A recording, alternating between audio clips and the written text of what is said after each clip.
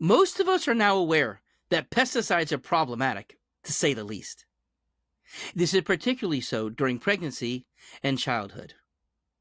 Every year, the Environmental Work Group publishes the Dirty Dozen Clean 15 shopping guide in order to help tell us about which produce is safest to use if we're not able to get organic. Now, there has been some changes to the list this year, so let's talk about it. Hey everybody, it's Dr. David Berger. I'm a board-certified pediatrician in Tampa, Florida, and we're all about making healthy kids. Today we're going to be talking about the pesticides that make their way into produce that's not organic. Organic foods, however, are not using pesticides, and so they are a safer option. But sometimes that's not possible, either due to cost, availability, time of year, etc. But we can now be more smart by using this list. So this environmental work group, they have a 2025 shopper's guide. They update it every single year. And really their main goal is to help us reduce exposure to toxins while still eating healthy fruits and vegetables. So as far as the Dirty Dozen list itself, so it's a list of 12 different fruits and vegetables with the highest pesticide residues. And it's based upon the USDA and the FDA data. And the produce, what they use for this is washed and or peeled before they do the testing, so that's simulating what we're actually consuming, because of course if we're not eating the skin of something, why would we test it, especially since that's where the pesticides might be most prominent. Now what they did is they tested 53,000 different samples of 47 different produce types. And of the Dirty Dozen, 96% of them had measurable pesticide residues. And there were 203 different pesticides overall that were found amongst the various Dirty Dozen foods. Most of these Dirty Dozen foods, they had over 50 different pesticides present. The top 5 list themselves, it hasn't changed. Strawberries, spinach, and then other greens like kale, collard, mustard greens, grapes, and peaches. Those are the top 5. But new to the top 12 is blackberries. They weren't there before. And also potatoes have been added, and this is due to an ingredient. It's a pesticide that's more of an herbicide which stops it from growing and sprouting after it's actually been taken out of the ground, called chlorprofam. Now we'll talk about that in a little bit more, but in terms of why any of these foods list high, is for both the frequency, the amount that it's found in those in those products, as well as how toxic they are. So they put all of that information. Obviously it may be toxic, but if it's found in a very small amount of the produce that they sample overall, then more than likely you're not going to have that exposure if you consume it. But of course, if it's found in almost all of that particular type of food, then of course that's going to be more problematic. So that's what they do. And they're using toxicity thresholds for animal studies. And of course that could be different for humans, but if there's a toxin for a mammal, that's enough for me. I don't want it in my body. Now, as I said, this chlorprofam, it's considered a post-harvest sprout inhibitor. So if you've ever had potatoes that are around long enough, you can see green sprouts coming out of it. In fact, I remember that was a elementary school, I think 5th grade science project that we did, where we put the potatoes and we hung them, I think, on toothpicks, and we kind of just let it dangle in water, and then all of a sudden they would start to sprout again. And of course, that's not what you want when you're trying to buy it for food. Now, this has actually been banned in Europe due to concerns both about toxicity to genes as well as toxicity to organs. But guess what? It's still available here. So organic diets themselves overall, if you switch off of the Dirty Dozen and move to organic for those, within a few weeks, even some of them a few days, the neat thing is that the amount of pesticides that the human is peeing out, the urinary excretion where most of this happens, goes way down.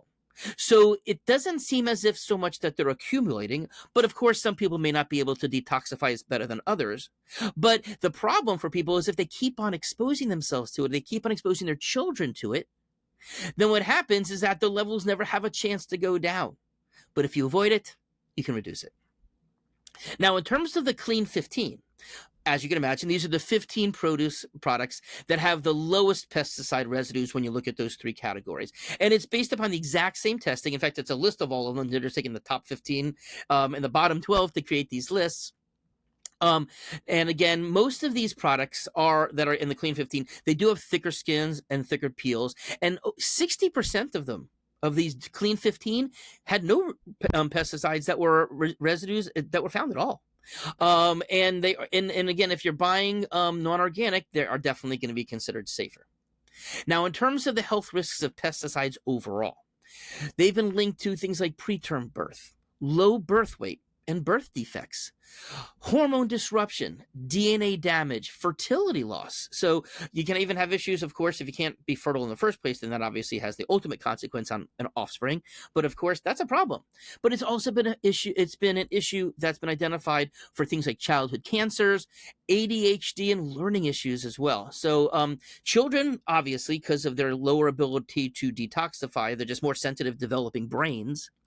And farm workers, who are the ones that are most exposed, those are the people who are the most vulnerable.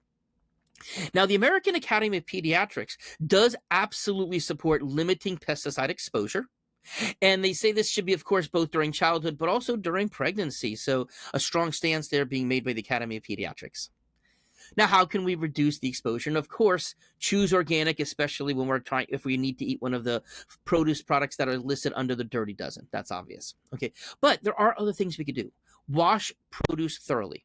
Now, I know there's products in the market like Veggie Wash, but the research has shown they don't really do that much. And it's really not advisable to do that and to spend the money and the time doing that. There's just a good rinsing underwater, no soap, no bleach. I've seen people do that too, so we don't want to do that. But for firmer produce, use a scrub brush to kind of get more of that residue off, because it's usually in the outside. And that's why for produce like greens, a lot of them you can pull the top layers off of it and where the most pesticides are, and then consume the rest. Okay, but if it does say triple washed on the package, if it's something that is packaged, then you really don't need to worry about washing that because it's been triple washed.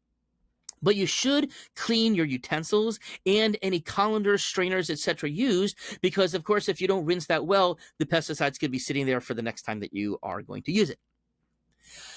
Okay, well, you may not have learned a whole bunch now, but that is some interesting stuff, and it's good to remind us all about the Clean 15. And of course, if you didn't know about it, then I guess you probably just learned a lot. But, we all have choices that we can make. We can all make differences as to what's going on in our bodies. And of course, that's true regardless of the type of toxin. Certainly, if you haven't seen it yet on this channel, we have talked about all kinds of things like the pesticides and heavy metals and plastics and BPAs and phthalates. So really, if you are what you eat, you're toxic if the food is toxic too. So really, this is nice because, this is absolutely in line with our Making Healthy Kids, our preconception to infancy project, which of course is what we believe makes a big difference in terms of how children will develop, both in terms of their mental health, their developmental health, their physical health as well.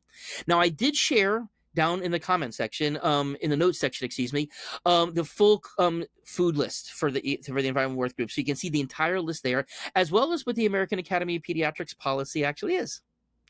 So hope you learned something anyways. And again, please share this with other people. People need to know that this is out there. People need to know that there are other safer options. Have a nice day.